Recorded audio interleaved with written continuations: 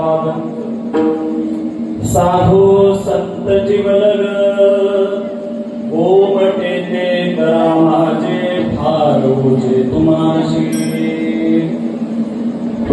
वंचिले ते पायापाशी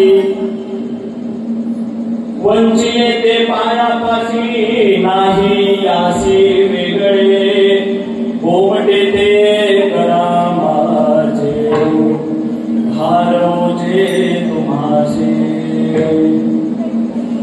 तुका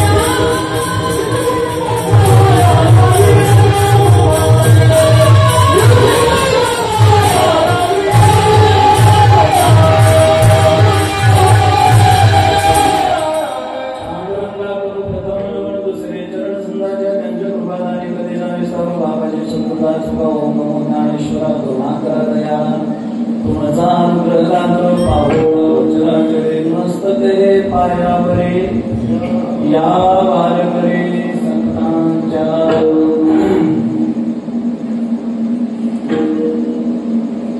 आता तुम्ही कृपावंत साधू संत जीवलग गोमटे ते करा माझे भार तुम्हासे प्रसंतांचं प्रसंगी कीर्तनरूपी सेवेकरता घेतलेला अभंग यहलोकातील महाविष्णूचा अवतार परक्रोणादिनाथ राजाधिराज योगीराज परब्रह्म सर्वेश्वर अखिलेश्वर जगदीश्वर संप्रदायातील मेरुमणी संप्रदायामध्ये आपण ज्यांचं दर्शस्थानी दर्शन घेतो शुभंकर यांचा हा 4 चरणाचा आणि मागणीपर विषयातील आवडले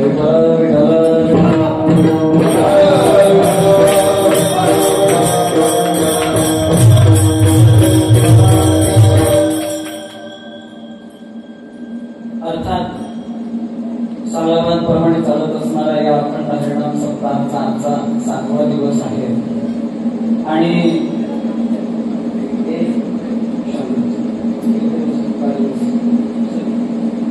इकडे तिथून आलायचं नाही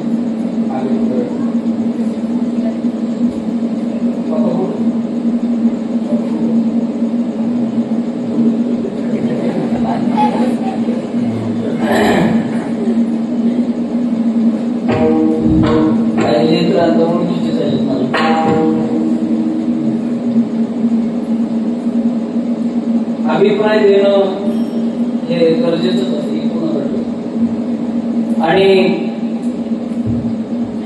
अभिप्राय तो असा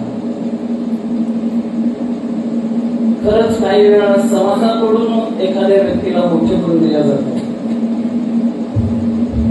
तसं पाहायला गेलं तर जगतामध्ये कोण मोठं कोण छोटं याची तुलना करणारा सुद्धा बुद्धिमान पाहिजे आणि त्या बुद्धिमत्तेचे काही लोक असतात किंवा मग त्यांना वाटतं की शेवट तो गोड व्हावा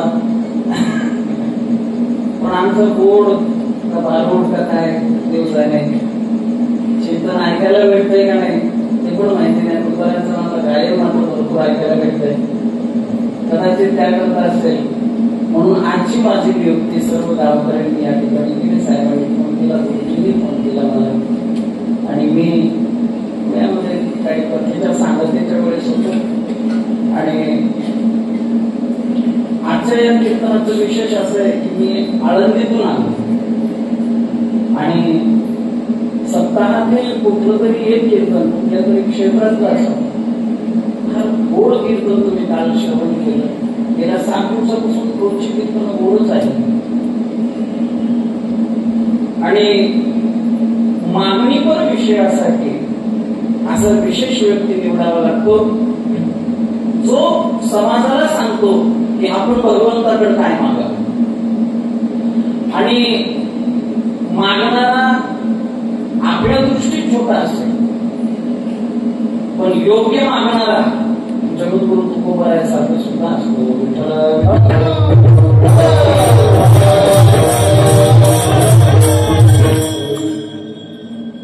माझा आणि या गावाचं कसं नातं आहे काय नातं आहे कशी कोण होईल मलाही शोध घेतल्यानंतर सुद्धा सापडलं नाही पण एवढं निश्चित आहे बरोबरचा फोन आला तर नाही म्हणून वाटत नाही म्हणून आजची ही सेवा आणि विशेष करून उद्या लगेच मी गाडीत बसून पुन्हा आळंदीलाच जाणार बाबापासून पुण्यामध्ये कथा असल्यामुळे खास आपल्या या कीर्तना करता म्हणून आळंदी तुम्हाला विशेष काय सांगतोय पुन्हा पुन्हा त्याचं कारण असेल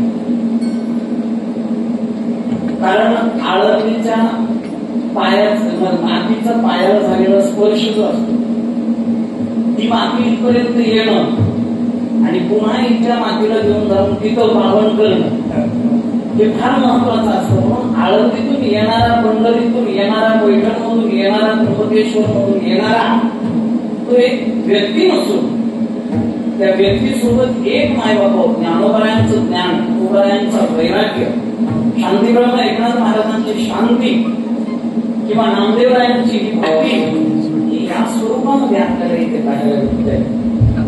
आणि तुम्ही ज्या अपेक्षेने आलात आज मला विनोद आधी मी खरे याची अपेक्षा तुम्ही करू नका.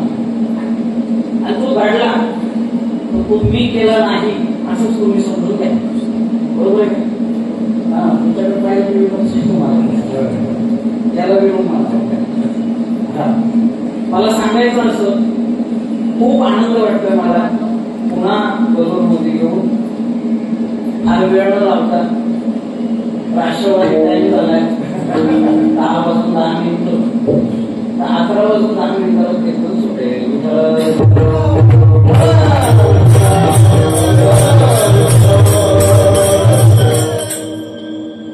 जगतामध्ये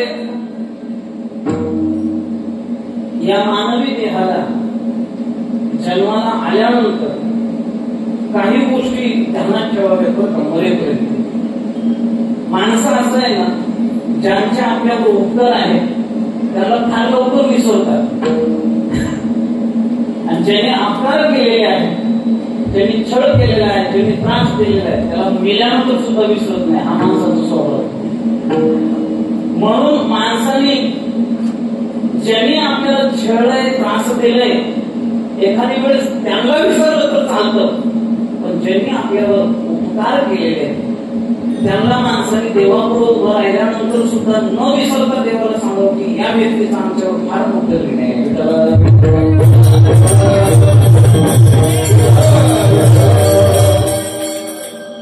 आणि मानवी देहावरती जसं ऋण पाहायला गेलं तर पहिलं ऋण आहे देवाचं. तुमचं नाव काय? पवन. पवन शेखला पहिल्याच स्वराला झोप येत होती पण आता जागे झाली बरं का. पहिलं देवऋण आहे दुसरं मायबापावर लक्षात ठेवा. या सप्तऋषींनी आपल्यावर केलेली कृपा आहे त्यांचं ऋण आहे. आणि तिसरं मायबापाचं ऋण हे शास्त्रांनी सांगितलेलं ऋण आहे.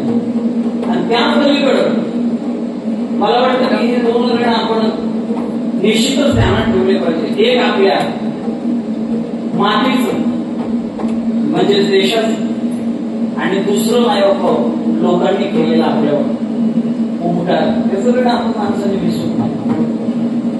जो ऋण विसरत नाही त्याचं जीवन सफल होतं त्या लक्षात. आणि देव ऋण विसरला नाही आपण का विसरतो? देव एखाद्या संतांच्या घरी जाऊन ज्यावेळेस राबतो पण आहे तो सुद्धा का राबतो असं मी श्रवण केलेलं आहे कीर्तनामध्ये. तुकोबारायांचे आजोबा तुकोबारायांचे पिताश्री भगवंतासमोर जेव्हा जाऊन उभे राहायचे दर्शन घ्यायचे तर भगवंताची मान खाली जायची. आदरणीय ईश्वर कोकर महाराज मला इब्राहिम कोकर मी म्हणणार नाही मला नाही आवडत. ईश्वर कोकर महाराज आमचे महाराज मी तुमचे 1 लाख रुपये देणं नाही बरं का. वेगळा संसार तुम्हाला कधी दिलो ते टेन्शन घेऊ नका वाटत समजायचं. तुमचे मी 1 लाख रुपये देणं आहे आणि भर कीर्तनात घेऊन तुम्ही माझ्यासमोर उभा राहिला तुमची माझी नजर होईल का? कशी मला दिलोच नाही. आज देतो उद्या देतो आज देतो उद्या देतो म्हणाला तुम्ही समोर आले की माझी मान आपोआप खाली जाते. तसं नाही बाबा संत बोलवा असते किंवा विश्वंभर बाबा कोणाचंही बाबा बघा तुकोबारायांचे संपूर्ण वंशावळी पहा एवढी वारी केली पण देवाकडे कधीच काही मागितलं नाही. हे तुकोबारायांचं वंश आहे लक्षात. जरा माता भगिनीचा स्वभाव मागायचा राहते 1 नंबर मागायला. कधी पण बघा माता भगिनी देवा कुठं गेले तरी का नाही आपण यायच मागतो काहीतरी मागतातच. ते आरती माहिती का तुम्हाला येते म्हणा बस सुख संपत्ती घर आवे कष्ट मिटे तनका. पुढं काय? ओम जय जगदीश हरे. माता भगिनी रिकाम्या हाताने येत नाही. तुकोबारायांच्या आई समोर उभी राहिली भगवंताच्या. तुकोबारायांच्या आईला माय बापा भगवंत म्हणले, त्यांनी तर काय मागितलं नाही. हिला तर बघू बाई, तुझ्या संपूर्ण वंशातल्या लोकांनी एवढी वारी केली पण माझ्याकडे कधीच काय मागितलं नाही. तू मागते का माझ्याकडे काय? माझी इच्छा आहे तू काय ते मागावं. तेव्हा देवाकडे आपण मागावं करतो. लक्षात. देव जेव्हा म्हणाल की काहीतरी मागा तेव्हा आपण मागावं. आम्ही काहीच ऐकत नाही मागल्याशिवाय. म्हणले सगळं राहत नाही. हा माणसाचा स्वभाव आहे. कणकाई काय म्हणते ऐका. तुकोबारायांची आई म्हणते, देवा तुला जर मला काही द्यायचं असेल तर मला दुसरं काही नको देऊ. देवा मला द्यायचंच असेल आईचा पुत्र देई. पुन्हा त्याचा तीही लोकी असा पुत्र मागितला. तुझं भजन करणारा पुत्र माझ्या पोटी जन्माला येईल. अजूनच ऋण वाढलं. तुमच्या लक्षात येऊ द्या माय बापा, देवरिणाची मान खाली घालतो आपण का पूर्ण हे मला सांगायचं महत्वाचं. लक्षात घ्या. मागणीवर विषय जमेल तिथं मी स्पर्श करेन या विषयाला. मायबाप देवऋण आणि त्याच्यानंतर माता पित्याचं ऋण. लक्षात घ्या. माता पित्याचं ऋण आपण फेडू शकत नाही. काही जरी केलं सगळेच जण म्हणतात का आपल्या अंगाची जी चांगली आहे ती काढून जरी आपण पायदन बनवले त्याच्या पायात घातली तरी माता पित्याचं ऋण आपल्याला फेडता येत नाही. लक्षात घ्या. एकदा माझी जपाची माळ संदीप जपाची माळ अशी टिकली जमीन माझं चालत होतो. एका संन्याशाने पाहिलं आणि ते म्हणले, बेटा मला मंत्र और मंदिर हे थोडा आहे ना गुप्त रखण्याचे. काय काय मला मंत्र आणि मंदिर या तीन गोष्टी आहे ना गुप्त ठेवायची, कोणापुढे उघड करू नये. म्हणलं महाराज असं का? तर त्यांनी सांगितलं ज्या मंदिरामध्ये गेल्यानंतर आपल्याला त्या भगवंताच्या दर्शनाने एक विशेष अनुभव आपल्याला अनुभवायला येत असेल तर तो अनुभव कोणाला सांगू नये. पहिली गोष्ट. दुसरी गोष्ट, मंत्र जो गुरुजींनी आपल्याला दिलेला आहे तो मंत्र माय बापा प्राण जाईल पण मंत्र कोणाला सांगू नये. आणि तिसरी गोष्ट, आपण माळ जी जप करतो का नाही ती माळ कशाची असते? कशाची असते? कशाची असते? तुळशीची असते किंवा रुद्राक्षाची असते. आहे का नाही? तुळस ही माय बापा भूमी उपकार असते. भूमी मातेच्या उपकारातून प्रगटलेली तुळस. ती तुळस त्या भूमी मातेचं ऋण फेडण्याचं माय बापा या ठिकाणी कार्य केव्हा करते? ज्यावेळेस त्या मण्याने आपण माळ जपतो आणि त्याचा एक विशेष पुण्याचा लाभ तयार होतो आणि ती माळ माय बापा भूमीला टेकली तर त्यातला आपला अर्ध पुण्य भूमी मातेला भेटतं. विठ्ठल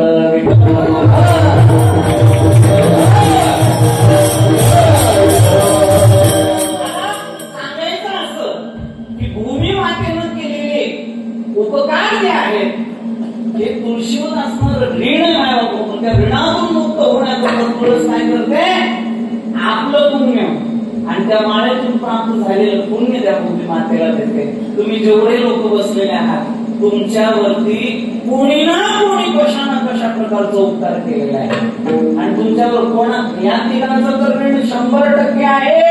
पण अशी विशेष एखादी व्यक्ती असू शकते की त्यांचं ऋण आपल्यावरती खूप आहे माय बापा. लक्षात घ्या. म्हणून ऋणातून मुक्त होण्याकरता भगवंत काय मायबाप काय याच्यातून मुक्त आपण होऊ शकत नाही. लक्षात ठेवा. पण तिसरे असे संत आहेत जे परोपकारासाठी माय बापा इथं आले बरं का. कुठून आले? कुठून आले? उपकारासाठी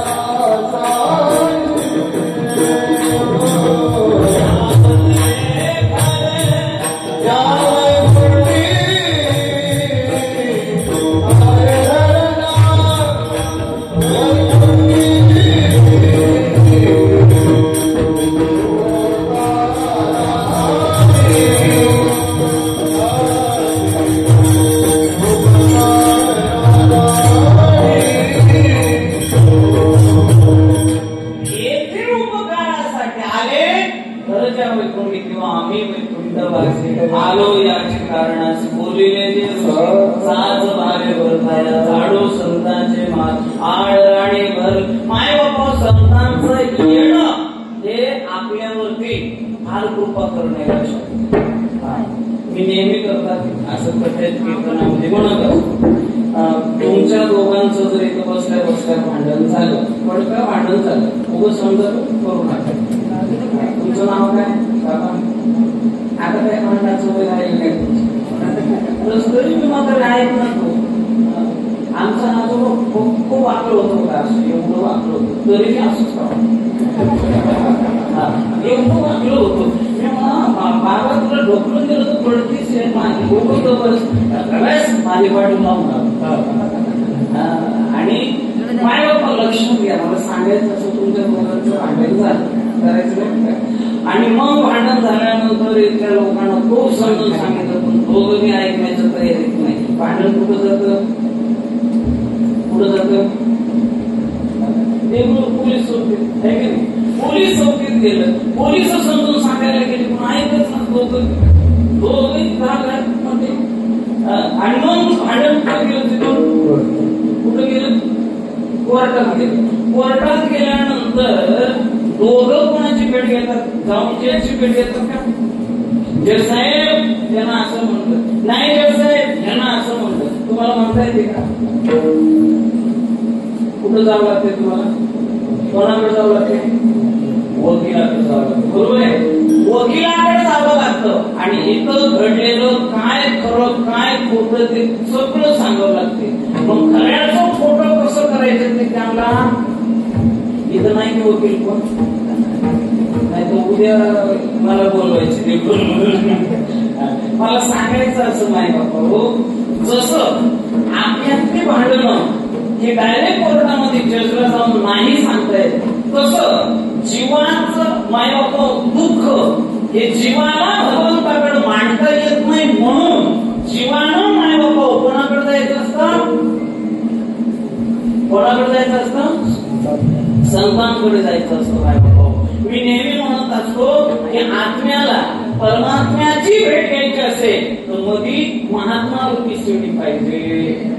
आत्म्याला परमात्मा प्राप्त करून घेण्यासाठी संत रूपी आधार शिडी भेटल्याशिवाय परमात्मा भेटत नाही. म्हणून माय बापू या अभंगाची सुरुवात फार सुंदर आहे बघा. पहिलं चरण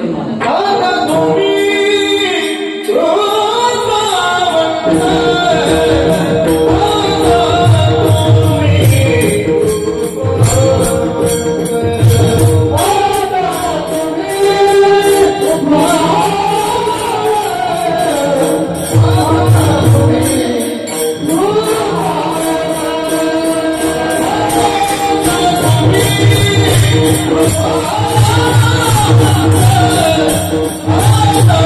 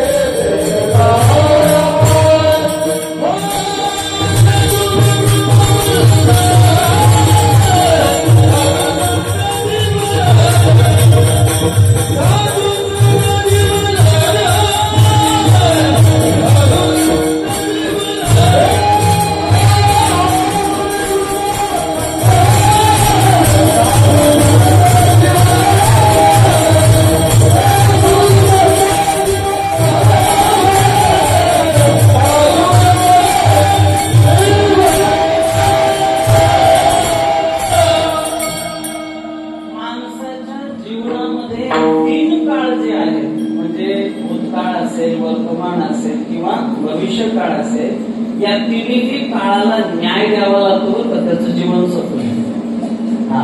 माणसाने भूतकाळ आठवू नये, काय वर्तमानात सावधान राहावं आणि भविष्य काळ उज्ज्वल करावं. लक्षात ते काय होतं लक्षात येते का तुमच्या?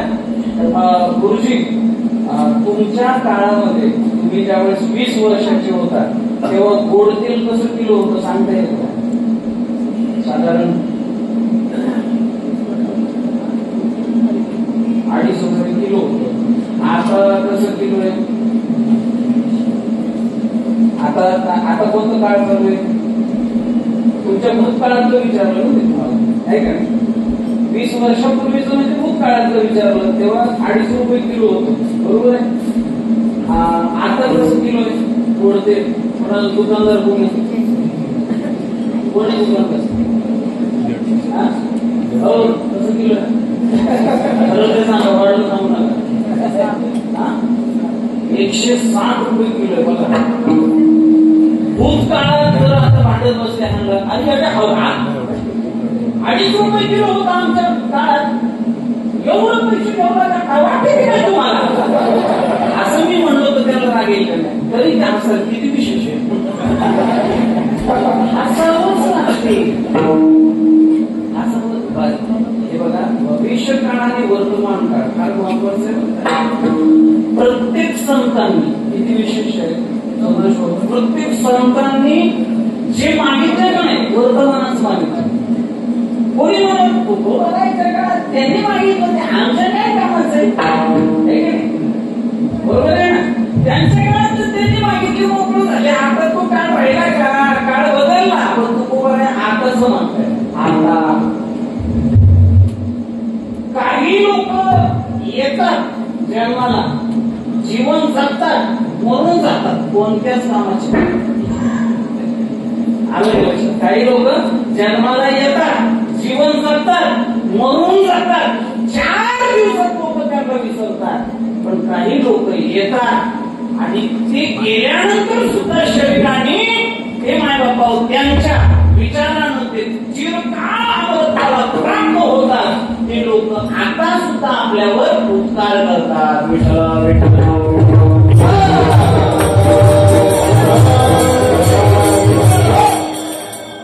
मायबाप मला सांगा, माऊलीचं कसं आहे?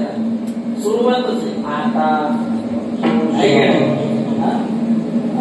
किती अशा ओव्या त्याची आता मी सुरुवात झाली. किती ओव्या आहेत माऊली महावैष्णव ज्ञानोबरायांच्या, त्याची सुरुवात आता या शब्दाने आहे. आता हा वर्तमान आहे.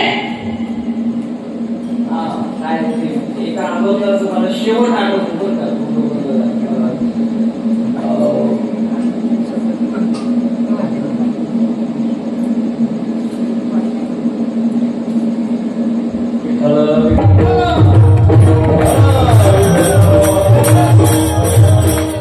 शेंगारीचे बाळ कौतुकी, उदाहरणाने तुम्ही उदाहरण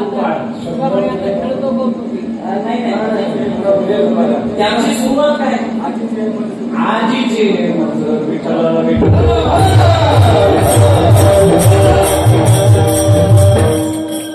त्यांच्या काळातलं नाही, ते आजीचे हे म्हणतो म्हणतात. म्हणजे आता सुद्धा आपण तो अभंग म्हणतात तेव्हाच नाही करायचं, आता सुद्धा करायचं.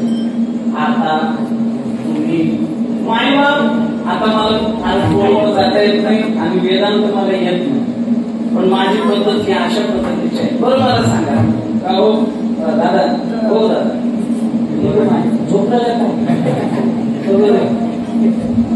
फोकस होते तुम्ही अजून मग दल होते फोकस राहते. तर मला सांगा काय फोकस बसतो काय करता? मला स्वभावच आहे तसा. कोणी बोलला गेली की मला त्यालाच ते बोलू वाटते. माझा जीवनच आहे तसा. 32 लाखापैकी एक लाख पडला की जीव तिथंच झाले. तसं काय म्हणतो बरं मला अरे माझा आहे ऐका लक्ष. एखाद्या व्यक्तीला जीवनामध्ये अडचण येतो अडचण आली, समजा आर्थिक अडचण आली, समजा आपल्या बाबाला आली, त्याला कळून वाटत नाही अडचण आहे त्याला काही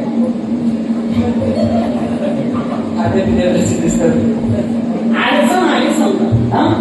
अडचण आल्यानंतर आपण आपल्या ओळखीच्या लोकांकडे जातो, नातेवाईकात हे चांगलं बसते आपण तिथं जाऊन म्हणतो की अडचण आली, थोडं काहीतरी आम्हाला मदत करा. तुम्ही म्हणताय खरंय, पण आमची अडचण नसते फक्त त्यांची, पण ते अडचण दाखवतात. पुन्हा म्हणलं जाऊ द्या भाऊ आहे सगळ्या काहीतरी करा म्हणतात अडचणीच्या टाकलं, म्हणून भावाकडे गेले आणि भावाला दादा लय अडचण आली, मला एक 10,000ची गरज आहे, देता का?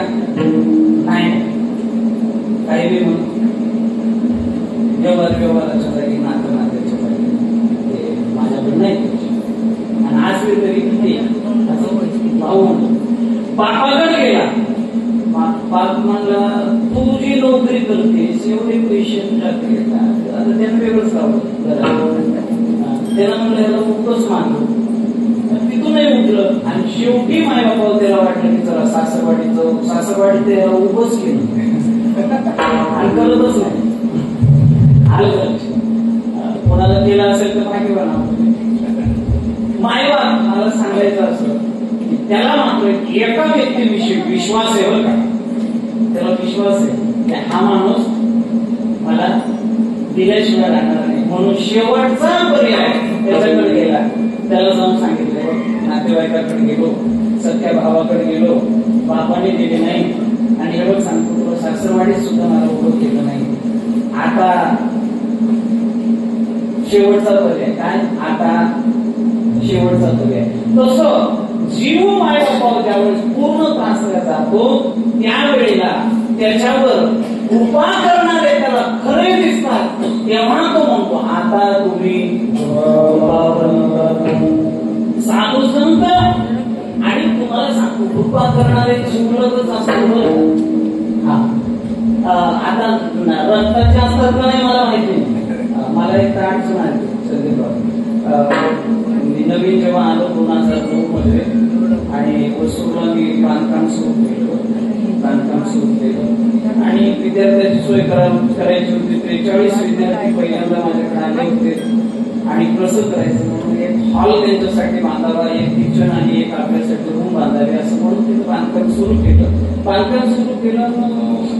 अर्ध्या रात्री कुठे मी बीडला असताना अर्ध्या रात्री मला फोन आला, महाराज वाळूच्या गाडी आली आणि त्याचे 12,000 रुपये द्यायचे. त्यावेळेस वाळू फार स्वस्त होती, 12,000 रुपये द्यायचे. आता अर्ध्या रात्री कोणाला मागवतो, बरं कॅश माझ्याकडे 50,000 होते, उपयोग काय? त्याला लगेच जायचं ते थोडंच वाटवलं तरी ते विचारायला म्हटलं नाही महाराज काही बी करा, तुमचे गाव आहे तुमचं, घरचे आहेत तुमचे, काही बी करा. म्हणून मी माझ्या आता चालते ते नाव सांगू नये किंवा नाते सांगू नये, अमुक व्यक्तीला म्हणालो माझ्या घरात आहे बरं ते म्हणजे माझ्याकडे नाही बोलायला, सावकाराकडे जाऊन देतो आणि मी म्हटलं काय बी कर, काय व्याज असेल उद्या आल्या सकाळी देऊन टाकतो, पण आता ते देऊन मोकळतो त्या विचार कसं तुला ठेवायचं. तेव्हा ती व्यक्ती गेली म्हणे त्या सावकाराकडे. आता ते मला असं सांगितलं आणि 12,000 दिले, ते गेले आणि मी दुसऱ्या दिवशी आलो सकाळी. आल्यानंतर मला त्यांना ते की अर्ध्या रात्री उठवलं विचारा सावकारला आणि त्यांनी पैसे दिले, व्याजाने घेतले, पण देताना तिनं मंगळसूत्र ठेवलं त्या व्यक्तीने. बरोबर त्यांनी सांगितलं की बाळा मी माझं मंगळसूत्र ठेवते, ध्यानात ठेव असं म्हणून ते मी म्हणलं आता तिच्याकडे जाण्यापेक्षा आपण पहिलं सावकारच घालतो म्हणून थेट सावकारकडे गेलो आणि 12,000 मोजले, फटफट व्याज किती त्यामुळे फोन घेऊ. म्हणजे काल तुमच्याकडनं रात्री जे पैसे घेतले ते त्याचं व्याज किती ना देऊ पण नको गावात. एकच भाऊ आला माझ्यासोबत, त्याला म्हणायचं नाही अजून ह्या गावा माझं स्वतः माया मी मोकळं करून टाकतो. काय असेल झाला असं माय बाबा ते सावकारांनी हात जोडले, म्हणजे महाराज तुम्ही सगळ्या गावाला व्याजानं देईल, तुम्हाला कसं दिलं, मला काय मरायचं आहे का? मी म्हणलो एवढ्या सावकार मला माहित आहे आणि मला घरच्या व्यक्तीने सांगितले मंगळसूत्र ठेवली आणि केलं माझ्या घरचं मंगळसूत्र आहे मला ते पहिले ठेवलंच नाही मी पैसे दिलोच नाही एक काम करा फक्त तुम्हाला पैसे आले ना काय तुम्हाला पैसे आले एवढं तर म्हणू शकता का तुम्ही माझं त्याला म्हणलं हा तेवढं म्हणायला काय म्हणलं मला म्हणतो आणि मी घेऊन ठेवतो त्या व्यक्तीकडे आणि त्या व्यक्तीला म्हणलं एक काम कर ना मी सावकारचे 12,000 दिलो फोन लावून देतो बोला सावकार पैसे दिलो का हा दिलो आता त्या व्यक्तीची अडचण झाली की आता आपण पुढं काय करायचं तेव्हा त्या व्यक्तीला मला सांगावं लागलं की बाळा माझं चुकलं आणि मी खोटं बोलले आणि असं मी दिलंच नाही त्याला पैसे मंगळसूत्र दिलंच नाही मी माझ्याकडचे पैसे म्हणजे घरचे सुद्धा लोक आपल्यावर अडचण आल्यानंतर अशा पद्धतीचं वागतात ते संत नाही व्यवहाराचं सांगतोय फार सोबत सांगतोय संत जेव्हा आपल्यावर उपकार करतात संत जेव्हा आपल्यावर कृपा करतात ज्यावेळेस मायबाप संत कृपा करतात त्यावेळेस संत बाकीचं काहीच बघत नाही आहे तेवढं आताच मी कालचं चिंतन ऐकलंय का थोर महाराजांचं ऐकलं मला वाटतं पुरेकर बाबांचं चिंतन ऐकलं मी काल येताना इकडे पण त्यांनी सांगितलं की तुकोबारायांच्या काळामध्ये तुकोबारायांची संपत्ती 65 लाखाची होती किती त्या काळचे 65 लाख म्हणजे आताचे किती काही लागेल ना अंदाज आपल्याला काहीच नाही पण मायबाप सर्व काही त्यांनी इंद्रायणी टाकून दिल्या बघा काही जाळून टाकल्या काही फाडून टाकल्या एवढे उपकार आपल्यावरती मायबाप त्या संतांचे कोणत्या काळातले त्या काळातले नाही आता तुम्ही कृपावंत आणि हे बघा आपल्या जीवनात काय जे चांगलं असेल ते आताच्या काळामध्ये दुसरं कोणीच करू शकत नाही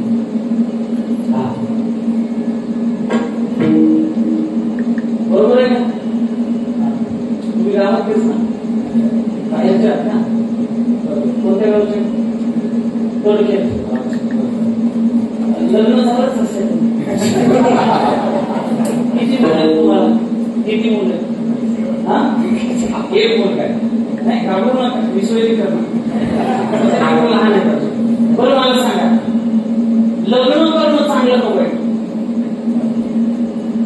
बाकीचे बोलू नका तुम्ही केलं का लग्न झालंय का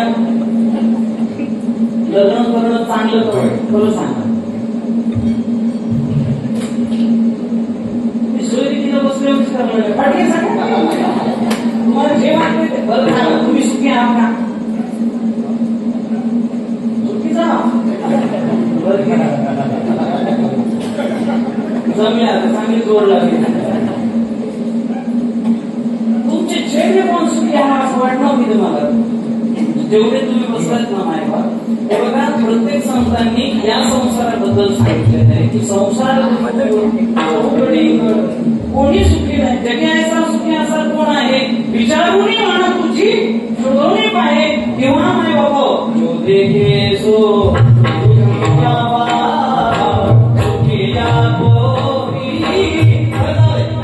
काय सिद्ध करायचं होतं बाबांना मी विचारणार होतो बाबा तुमचं लग्न झालं का ते म्हणे झालं मुलं किती एक मुलगा आहे तुमचं लग्न झालंच आहे मग माय बाबा तुम्हाला लग्न केल्यानंतर सुख आहे का ते सांगू शकले नाही कोण म्हणणार आहे मी दुखी सगळे तुम्ही फोटो सांगत नाही बरंच हाय हो बरंच हाय तुझ्या बरंच हाय म्हणण्यातच कळणार आहे किती बरं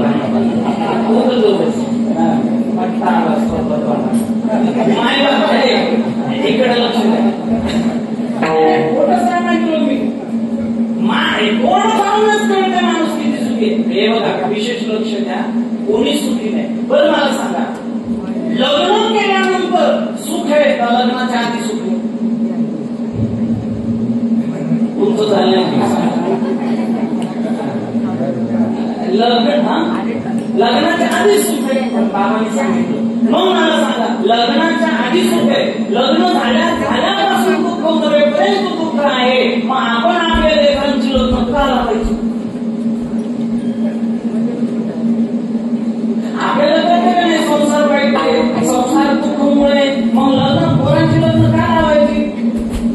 बघा संतांना म्हणताना काय म्हणले माहिती का, तुम्ही संत माय बाप आणि कृपावंत म्हणलेलं आहे. कारण जगतातल्या जीवांचं हित मायबाप जेवढं जाणतात, जेवढं देव जाणतो त्यापेक्षा अधिक मायबाप कोण जाणतात तर ते संत जाणतात. म्हणून ते कृपावंत असतात, नुसते मायबाप नसतात. म्हणून त्याला कृपावंत म्हटलेलं आहे. इथं सुद्धा आता तुम्ही कृपावंत साधू संत जीवनभर का माझा शेवट तेच गोड करणार आहे. किती गोड करणार आहे हे माहिती आपल्याला दुसऱ्या चरणामध्ये.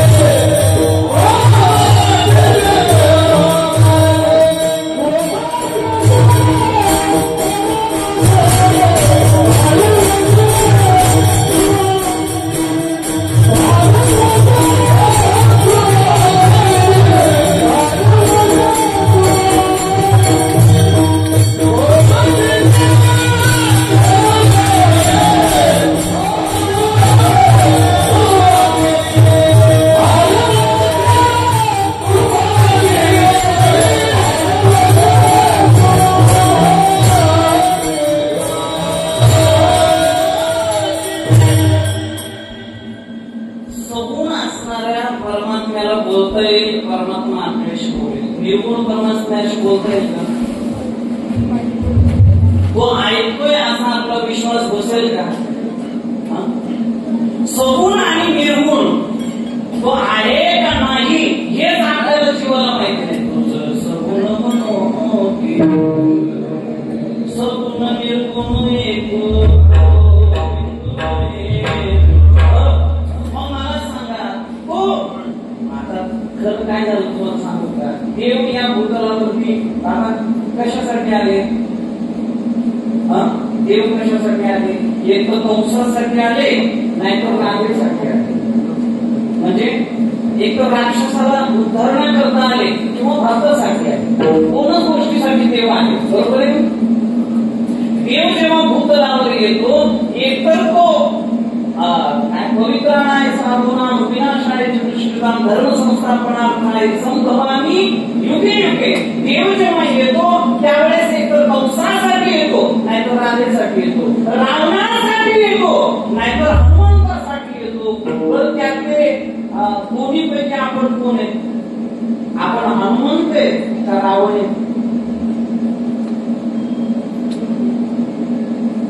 कोणाला कळत आहे? मी हनुमंत आहे असं म्हणण्याचं सामर्थ्य आपल्याकडे का? अशी हिंमत आहे का म्हणण्याची? बरं मी रावण आहे असं म्हणलं का कोण? बरं मला सांगा दादा, दोन मूर्ती आहेत. एक रावणाची मूर्ती आहे आणि एक रामाची मूर्ती. आणि दोन मूर्त्या समोर पडलेल्या आहेत. त्यातली कोणती उचल तुम्ही? रामाची उचल. तेव्हा टाळी वाजवून सगळे. आता पुढचं आहे. रामाची जी मूर्ती आहे ती पाषाणाची आहे आणि रामाची मूर्ती सोन्याची. कोणती उचल? ठरवले ते रावणाची उचल, सोन्याची उचल. मग तुमच्या मनात सातवी तर गेली कुठं? रामप्रभूची मूर्ती ही पाषाणाची पण देव आहे याचा विसर पडला. रावण हा धूर्त पक्ष की राक्षस आहे, सोन्याचा आहे, त्याचा स्वीकार आपण केला. म्हणजे माणसाच्या जीवनात कधी सात्विकता, कधी तामसता, कधी राजसता ही प्रकटच असते. पण त्यावेळेला नाही बापा आपलं हित कोण जाणतं ते आपणही जाणत नाही. आपलं हित खऱ्या अर्थानं नाही बापा देव बघा देवाला प्राप्त करून घेणं सोपं आहे किंवा आपण स्वतः देव होणं सोपं आहे. हा पार्वती काय जबाबदारीला होतं बरं का.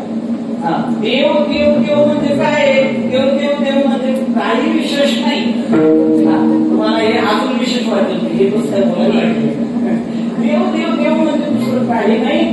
देहाला दिव्यत्व प्राप्त होणं, दैवत्व प्राप्त होणं याला देव होणं म्हणतात.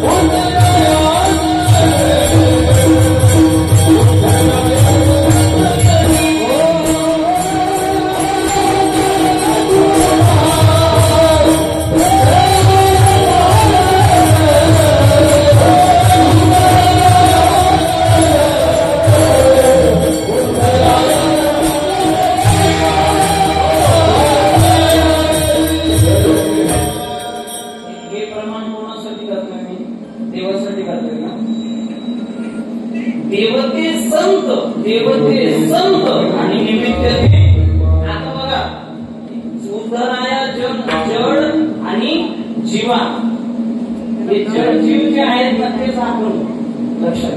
ज्यांना सात्विकही कळत नाही, त्यांना राजशही कळत नाही, तामसही कळत नाही. बाबा कधी या पाड्यात असतो, कधी त्या पाड्यात असतो आपण. म्हणून संत आपल्या जीवनामध्ये आपलं गोड काय कशात आहे ते जाणणारे ते आहे. माय बाबा भागवतामध्ये एक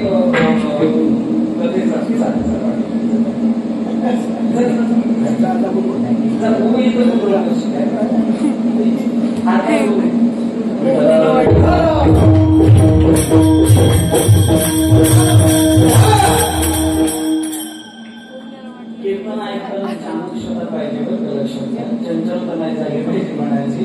मला सांगायचं एवढंच होतं, फार गोड विषय चालू होता. माणसाच्या जीवनामध्ये माझे हित कशात आहे हे माणसाला शेवटपर्यंत कळत नाही. आता बघा मी आहे ना, आता माझं 43 चालू आहे, 43 वय चालू आहे माझं. मला दादा 2005 मध्ये माझा जन्म आहे 1983 मधला, 83 मधला माझा जन्म आहे. तर मला 2007 पर्यंत मार्ग सापडला आणि या मार्गावरती जेव्हा मी आलो का नाही, येताना मी फार ऍक्सिडेंट केला, म्हणजे कसा मला एवढा त्रास झाला या लौकिक जीवनाचा, एवढा त्रास झाला म्हणून मी इकडे परमार्थाकडे ओढ घेतली. मला बरेच जण जुने काय मित्र भेटले का म्हणतो बरं केलंस रे बाळा तू इकडे गेलंस, नाहीतर आम्ही म्हटलं परतीकडेच गेलो. मला म्हणतात ते बरं तुला मार्ग सापडला. 2007 पासून मला वाटतं 2005 पासून ते 7 पर्यंत अभ्यास केला या काही गोष्टीचा. काय नाव नंतर इकडं मार्ग सापडला, चुकून सापडला पण मार्ग सोडला नाही बरं का. शेवटी मार्ग तोच करून राहिलो म्हणून आज जीवनाचं कल्याण आहे माझ्या बाप्पा. आणि हा मार्ग सापडण्यासाठी या काळात म्हणजे 2005 पासून आतापर्यंत आता माझ्यावर कृपा कोणाची असेल तर त्या साधू संतांची. आणि माझ्या जीवनात गोड काय होणार असेल बरं काय, खूपच लोक ते गोड जेवण घालतात ना, गोड जेवण इकडे असं का कितव्या दिवशी असं तेरवे का तेरवीला असतात, तेरवी म्हणतो तिकडे गोड जेवण म्हणतात. माय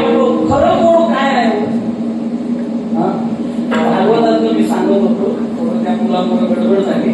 मला सांगायचं असं की भागवतामध्ये एक विषय असा येतो की भगवंत युधिष्ठिर दादाला समजून सांगायचा प्रयत्न करतात. युधिष्ठिर दादा, तुम्ही रडू नका, तुम्ही दुःख मानू नका, तुम्ही खेळ मानू नका. तुम्ही जे केले युद्ध हे अधर्मी नाहीये, हे धर्मनीतीचं युद्ध केले. त्यामुळे तुम्ही रडायचं कारण नाही. तुम्हाला पाप लागलं नाही दादा, तुम्ही धर्म केलेला आहे आणि तुम्ही धर्म काय आहात समजून सांगायचा प्रयत्न केला. पण देवाची भाषा माय बापा कळाली नाही. त्यांनी देवाचं ते सांगितलेलं समजून घेतलं नाही. पण देवाला शेवटी कुठं न्यावं लागलं? माय बापा रणांगण भूमीमध्ये शरपंजरी पडलेल्या पितामह भीष्मांकडे न्यावं लागलं आणि पितामह भीष्मांच्या मुखातून पाची पांडवांना उपदेश द्यावा लागला. तेव्हा पाची पांडवांना कळालं की आपलं हित कसं म्हणजे गोमटे ते करा माझे आणि याचं जे वजन आहे ते कोणावरती आहे? ते संतांवरती आहे. माय बापा तिसरं चरण फार गोड आहे.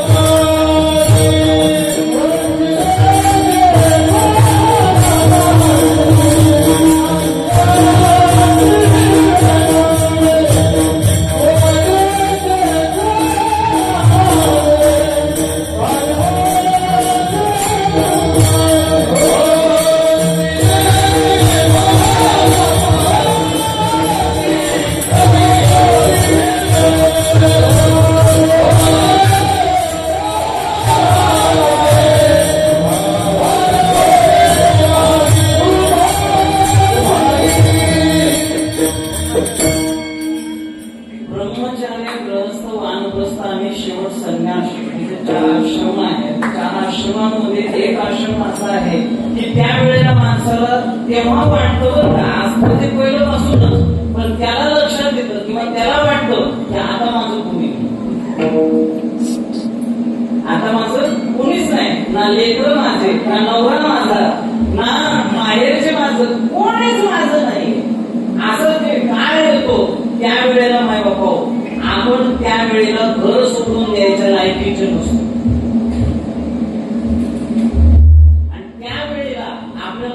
वेगळं टाकायचं होतं त्यावेळेला आपला स्वीकार जर कोण करत असेल तर त्यावेळेला सुद्धा माय बापा उत्तराया जड जड नाही तर काय वंचितेमध्ये काय जडच ना. आणि एक सांगतो तुम्हाला, संपूर्ण देहानं चरणापाशी जो असतो का नाही तो आधी प्रिय असतो. भागवतामध्ये ज्यावेळेस एक प्रकरण येतं त्याला इथे भागवत झाल्यामुळे ते तुम्हाला सांगतोय. सगळ्या गोपिका आल्या भगवंतास पाशी आल्या. दुसरा प्रकरण चालू होता. भगवंताने बासुरी वाजवली आणि बासुरीच्या आवाजानं एकदम रमून गेलेल्या सर्व दंग झालेल्या गवळणी घेऊन बसल्या. पण जे उशिरा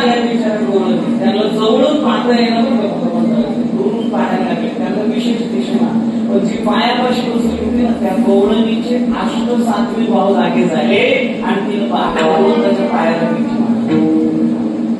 हा गोड लग्न घेतलंय. जयति तेतिकम जन्मना व्रज शयतो इंदिरा शाश्वत दैत कृष्णता दीक्षुता बका परिवृता सुतम स्वान्य चिन्वते तव कथामृतम तप्त जीवनम कवि क्रीडितम कल्मषापम श्रवणमंगलम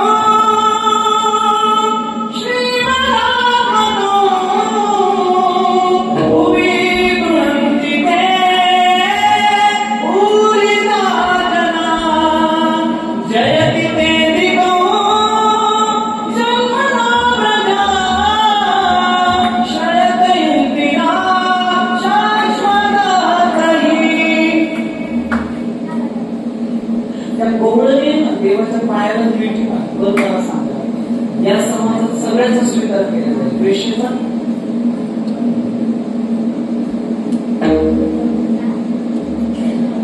वेशीचा स्वीकार केला जाईल. एक बसलं काय लोक म्हणाले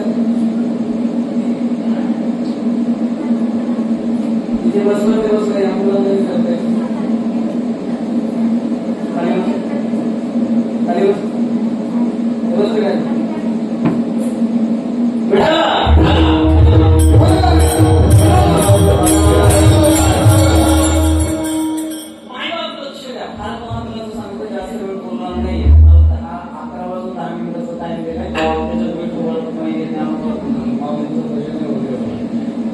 सांगतो. सर्वांनी विशेष लक्ष द्या. असं काही गोंधळ झालं गीत अशी गाडी आमच्या मनामध्ये जे असतं ना ते मग ते राहत नाही. असं गोंधळ होतो. सांगायचं मला एवढंच होतं की ज्या वेळेला समाज आपल्याला मायबापावर टाकून देतो त्यावेळेला संत आपल्याला उद्याला लावतात आणि जवळ घेऊन मायबापावर समजून सांगतात. हे संतांची कृपा आपल्यावरती असते. एका मोठ्या प्रेमाने सर्वांनी हात वरती घ्या आणि मोठ्या प्रेमाने सर्वांनी भजन करा. विठोबार कुमारी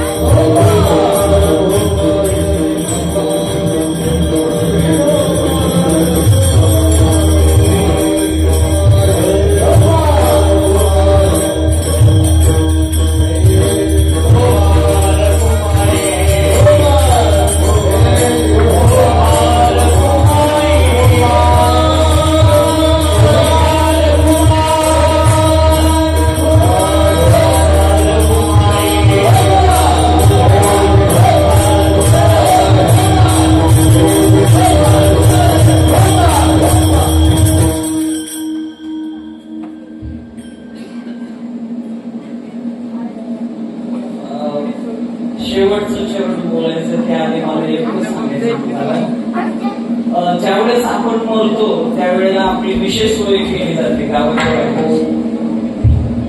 आपल्याला भूमिदान करायचं असेल, करायचं, आपल्याला अग्निदान करायचं, कुठे सोय असते आपली गावाच्या. आणि संत म्हणतात सुद्धा बरं का, अवघी सारे कामे पोटी अंगठी जाणे मसूर होती, बोध घरे टाकून सारी शेवटी गावाचे बाहेरी, शरीराची होय माती कोणी न येते सांगते. लक्षात ठेवा काय थोडं शांत बस, 10 मिनिटं बेटा शांत बस, इकडे लक्ष द्या. फार गोड शेवटचं सांगतोय.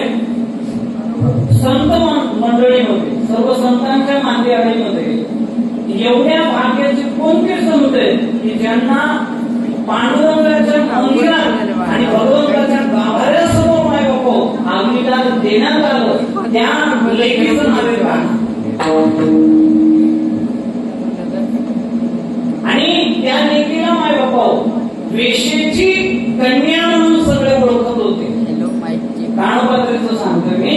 आणि त्या वेशेच्या कन्येला माय बापा बिदरच्या बादशाला जाऊन सांगितलं गावातल्या काही धूर्त लोकांनी की खरं सौंदर्य फरा न गेला, खरा ही रत्नांच्या गावामध्ये काय गण आहे, काय सुंदर आहे.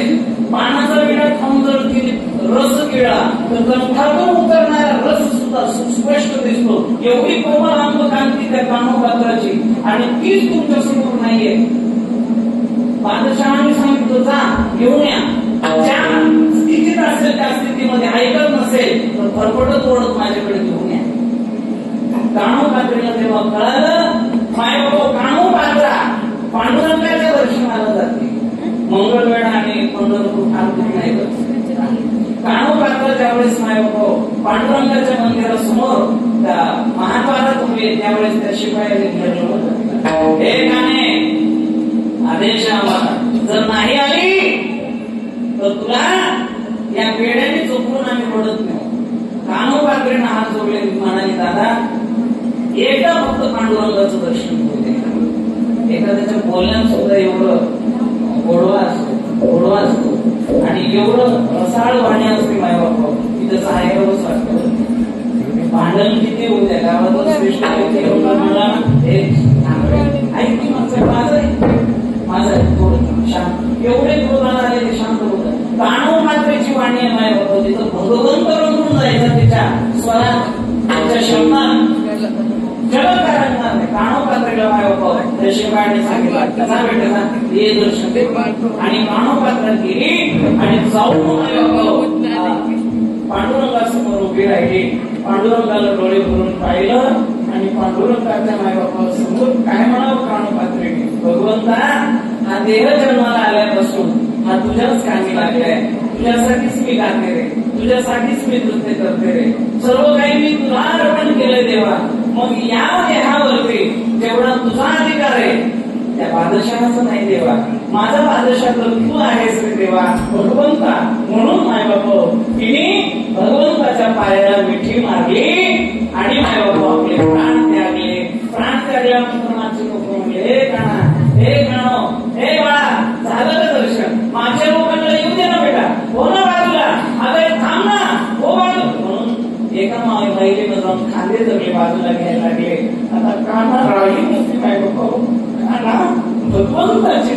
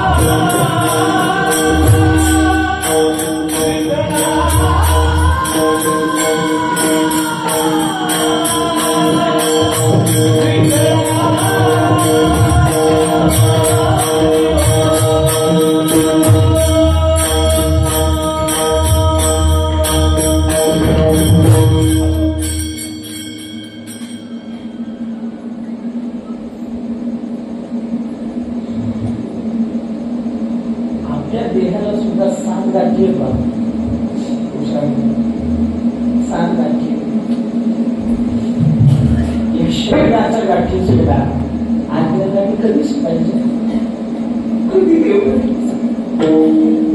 आणि खरंच देव भेटावा असं वाटत असेल, आपलं जीवन गोड व्हावं असं वाटत असेल तर संतच माय बाबा आपल्यावर म्हणून गावामध्ये सोयऱ्या गायल्या आणि मग दिली पहिली काय मला आपली कळली गाठ सोडायची ना, मग करा ना देवाचं बळजबरी, दुसरी गाठ खाल्ल्यामध्ये इथे ओझं नाही परमार्थाच, तिसरी गाठ ही काही जेव्हा बळ वाढवावं लागतं नाही बाबा त्यावेळेस हात जवळ येतात, तिसरी गाठी काही तिसरी गाठी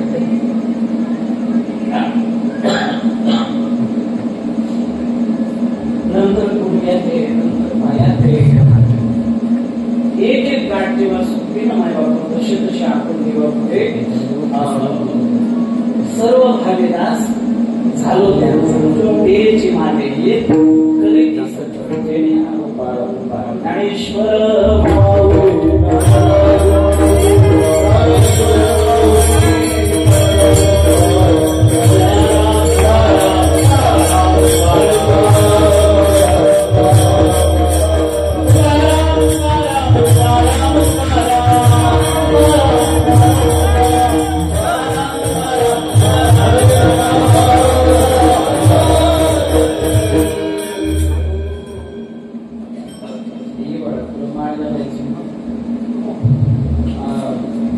आज आपल्या गावातल्या 2 लेकरांची माळा घातली, एक आणि या लेकरांना त्याची इच्छा झाली आणि आमचा अधिकार नाही माळ घालण्याचं, पण लेकराची इच्छा वाटेल आम्ही घालू नये असं शक्य तरी नाही.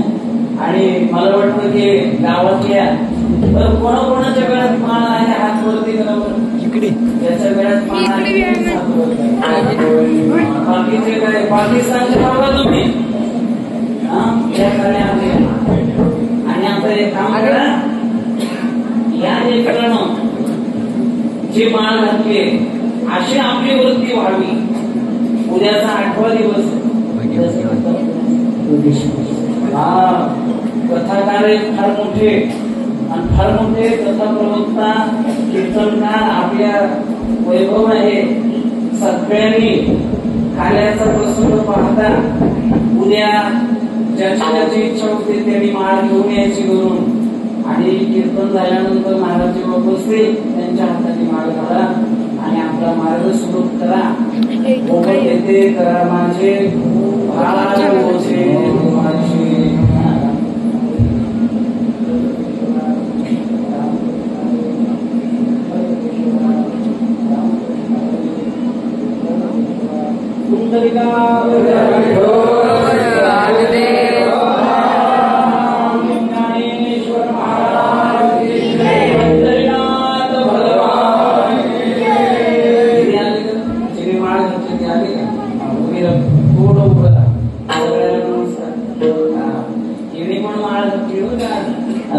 सगळ्यांसमोर लागले तरी म्हणून तिला घरीच लागली.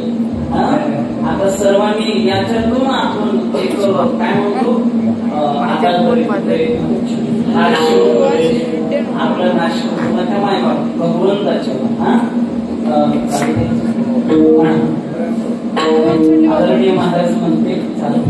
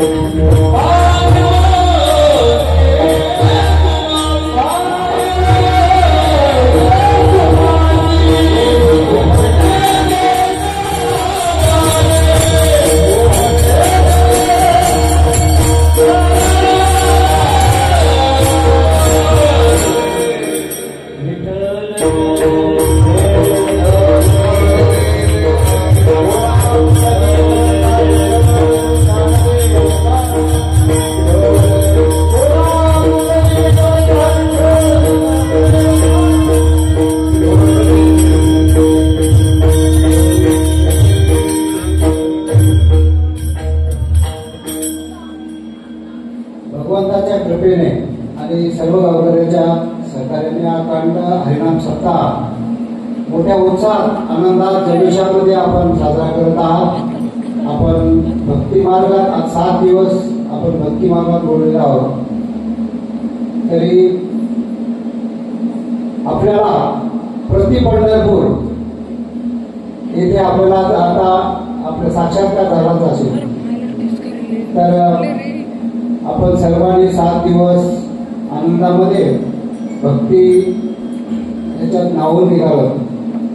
तरी आजचे कीर्तनकार हरिभक्त परायण निरंजन भाईजी महाराज आळंदीकर यांचं आपल्याला कीर्तन लाभलेलं आहे. प्रख्यात असे कथाकार सुद्धा ते आहेत आणि महाराष्ट्रामध्ये त्यांचं नाव लौकिक आहे. त्यांची तारीख मिळवणं आपलं भाग्यच आहे आणि आपल्याला ते कधीही आपण सांगितल्यावर आपल्याला आपल्या कधी तरी आपल्याला हे केलेलं नाही. तरी मी त्यांचं मी गावकऱ्यातर्फे आभार मानतो. तसेच आपल्या इथे सर्व भजनी मंडळ, गायक, वादक, सर्व बाहेरून आलेले भक्त मंडळ यांचं मी गावकऱ्यातर्फे आभार मानतो. तसेच उद्याचे कार्यक्रम आपले सकाळी 8 वाजता आपल्याला गावात दिंडी काढायची आहे. तरी सर्व माता भगिनींना विनंती आहे की त्यांनी कळस आरती घेऊन सकाळी 8 वाजता मंदिरावर हजर राहायचं आहे. कारण पाण्या पावसाचे दिवस आहे. तरी आपल्याला पुढचे भरपूर कार्यक्रम आहेत. तरी सर्वांनी 8 वाजता म्हणजे 8 वाजताच आपल्याला दिंडी निघणार आहे. तरी सर्वांना विनंती आहे उद्या 8 वाजता माता भगिनी, सर्व युवक मंडळ, सर्व गावातील नागरिक यांनी 8 वाजता हजर राहून आपल्या मोठ्या उत्साहामध्ये गावामध्ये दिंडी काढायची आहे. त्यानंतर 10 ते 12 उद्या ताल्याचं कीर्तन आहे. हरिभक्त परायण योगेश महाराज गोडगावकर त्यांचं उद्या ताल्याचं कीर्तन आहे. तरी त्या कीर्तनानंतर आपल्याला महाप्रसादाचा लाभ होणार आहे. तरी सर्वांनी उद्या महाप्रसादासाठी गावातील युवक मंडळ, सर्व आमचे प्रतिष्ठित नागरिक, सर्वांनी आपल्याला उद्या महाप्रसादासाठी सहकार्य करायचं आहे. सर्वांचं सहकार्य लाभेल. ज्यांना ज्यांना जे काम येईल ते काम आपण मनोभावे करणार आहोत. तरी सर्वांनी उद्या सहकार्य करावं. जय हरी विठ्ठल.